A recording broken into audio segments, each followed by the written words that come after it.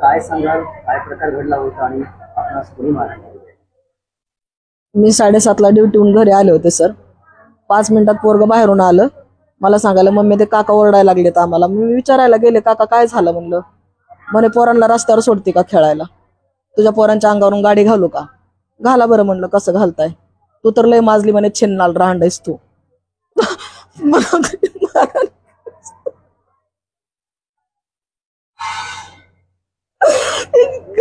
शिवाय माझे केस ओढले सर त्यांनी.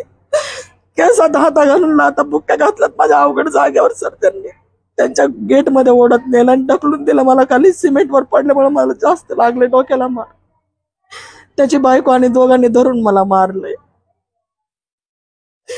घटना घडल्यानंतर पोलीस आले होते का?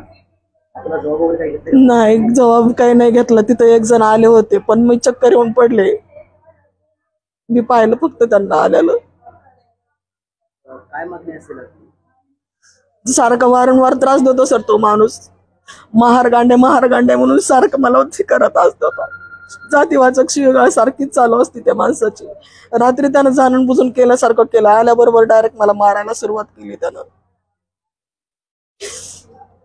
लेकरांना पण त्याने हात उघडलेत. अहो माझं पोरग 5 वर्षाचं आहे, पोरगी 12 वर्षाची आहे.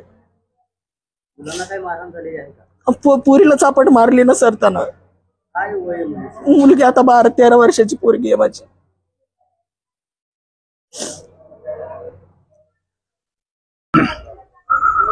काय सांगाल, एका महिलेला मारहाण झालेली आहे? धानोरा रोड परिसरामध्ये एका महिलेला एक्समॅन कडून अमानुष मारहाण झालेली आहे. खरं तर वंचित बहुजन आघाडीच्या माध्यमातून आम्ही त्या घटनेचा निषेध व्यक्त करतो.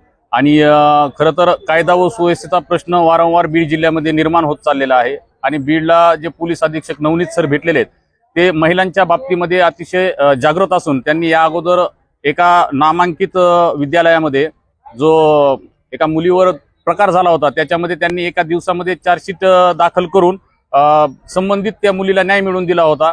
तर आम्ही त्यांना आज वंचित बहुजन आघाडी बीड जिल्ह्याच्या वतीनं त्यांना आम्ही अशी विनंती करतो की आपण या प्रकरणामध्ये संबंधित एक्समॅन जो आहे त्यांच्यावर कायदेशीर कारवाई करावी अशी आम्ही मागणी करत आहोत.